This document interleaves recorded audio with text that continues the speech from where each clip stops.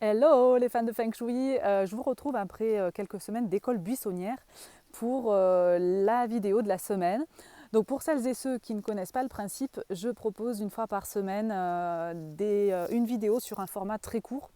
L'idée c'est vraiment de vous rendre ces vidéos accessibles rapidement et pouvoir partager du contenu Feng Shui dessus. Donc soit issu de choses que j'ai envie de vous partager, soit issu de vos questionnements ou soit des choses où je rebondis sur des choses que j'ai vues passer sur le groupe.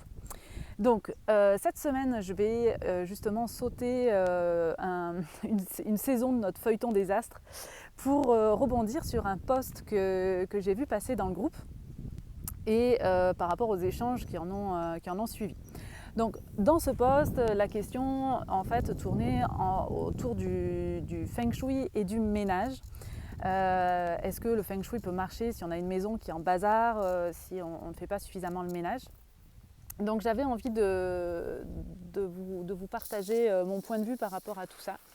Et en tout cas des éléments qui sont à mon sens importants. Donc ce que je voulais vous dire par rapport à ça, la première chose qui est vraiment capitale à comprendre, c'est que le Feng Shui surpasse tout.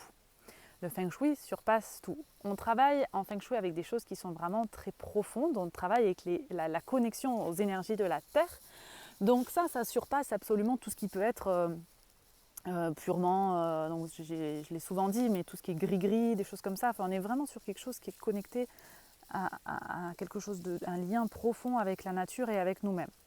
Donc forcément, partant de là, ce que je veux amener, c'est le fait que si tu as une habitation qui est complètement Feng Shui, c'est-à-dire que si tu as une habitation, tu as pris soin de connecter un maximum d'éléments Feng Shui, peu importe finalement que ta maison soit un petit peu en désordre ou que le ménage ne soit pas fait régulièrement, ta maison est connectée au Feng Shui. Ton lit, s'il est orienté correctement et s'il est placé correctement, tu recevras les énergies qui te sont bénéfiques.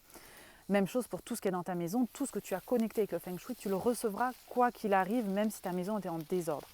A l'inverse, si tu as une maison qui est super bien rangée, super propre, mais que tout est fait en dépit du bon sens du Feng Shui, donc là je parle vraiment du Feng Shui, comme je disais, relié aux forces telluriques, ouais, c'est cool, tu auras une maison qui est agréable à vivre, mais en tout cas esthétiquement, mais tu n'auras pas les bénéfices du Feng Shui et tu ressentiras sans doute certains manques ou tu rencontreras certaines difficultés dans ta vie.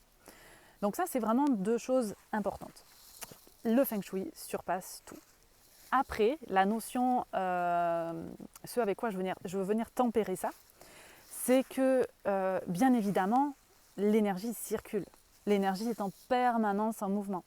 Donc si tu as une maison qui est encombrée au possible, où il y a des choses qui dorment, qui prennent la poussière, etc., forcément, quand je le dis, moi je le ressens, tout est figé, en fait, l'énergie forcément est ralentie, elle est empâtée. Donc si tu as une maison qui est en désordre, où l'énergie ne peut pas circuler correctement, même si tu as un super Feng Shui, tu ne vas pas pouvoir en bénéficier aussi bien que si ta maison est respirée davantage.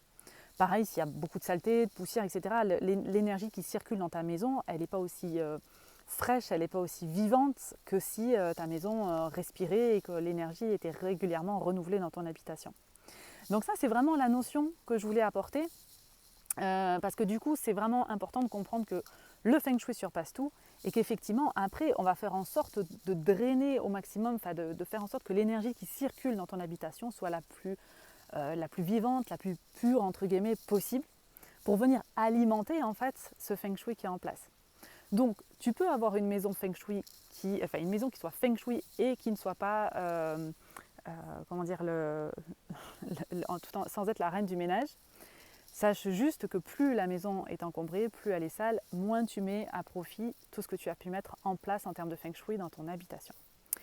Voilà, j'espère que je suis claire par rapport à ça. Donc, si vous avez des questions ou si vous voulez rebondir sur ce que j'ai dit, parce que j'ai peut-être oublié de dire des choses ou des choses ne sont peut-être pas claires, n'hésitez pas à me laisser un petit message sous la vidéo.